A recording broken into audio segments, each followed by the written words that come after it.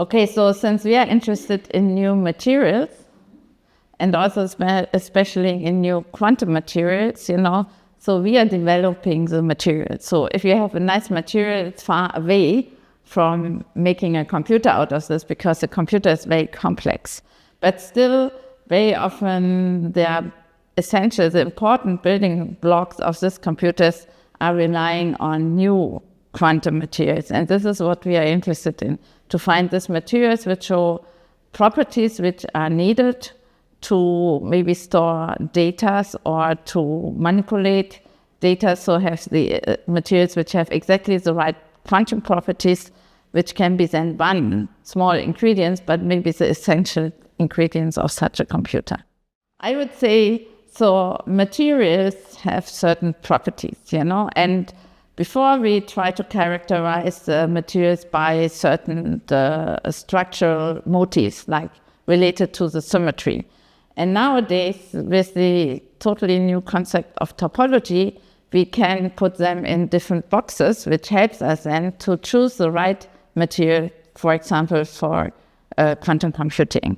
So, and the new criteria, which is the topology of the material, is related in a broader sense to a mixture of materials and electronic properties, which makes it a new simple concept to simply put them into the box of topology or outside of the box of topology. So from all the materials we know, every material which is surrounding you, we now can put them in this box or in that box. And then we know already, if we're looking for materials, for example, for a quantum computer, we have to look in the box of topology. So it's a mixture of the symmetry, like something rotation symmetry, or you have a mirror symmetry, plus the intrinsic electronic structure.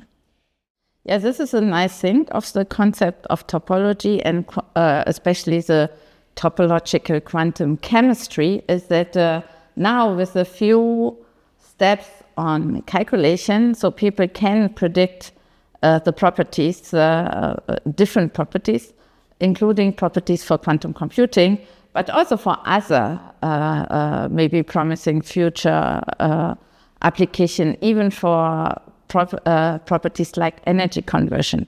So topology has quite a big impact, I'm very, very sure, in future technologies. I would say it's we are a team which even have brought together ideas and knowledge from different areas. So we really have built now the catalog, but to build this catalog, you had to have many different insights. So it was Andre Bernewijk with his theoretical insight, Maya with her knowledge about symmetry and group theory, and my knowledge about materials. So we together could bring up this catalog, because it's not only a theoretical concept like other people eventually do, but this is also from the theoretical concept to the materials realization. So you can then go to a web page and you click which elements are in your material and which material you have here, and then you know immediately what is the topology of the material and what could you expect, which kind of properties you can expect from this material. So people very often think we want to build a quantum computer to have something where some people can do computing with on a different level. So, and this enables eventually also people in quantum chemistry to calculate the properties of big molecules, which maybe are interesting for the pharmaceutical industry. But at the same time, so if you build this building blocks of a quantum computing, we don't know what happens if we build many of them.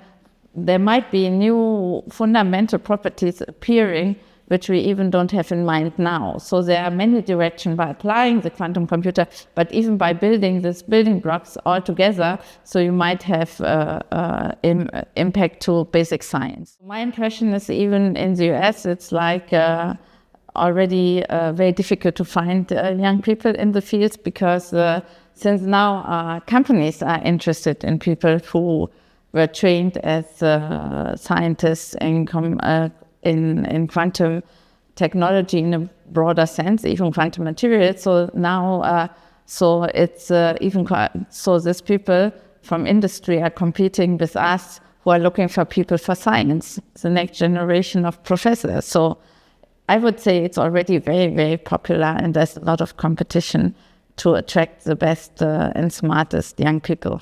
So having many people coming up with new ideas, new invention, we have to encourage also the young people to build startups becomes more and more important, because the time when somebody has founded a big company, and we had only this very big company using a lot of energy, like BASF in Germany or the automotive companies, this time is a little bit kind of not as important as these companies like 10 years ago. Now we have all the small startup in biotechnology, in quantum technology. For future industry, we need really more of this more flexible, small companies and startups to develop this new technologies and industry for the future.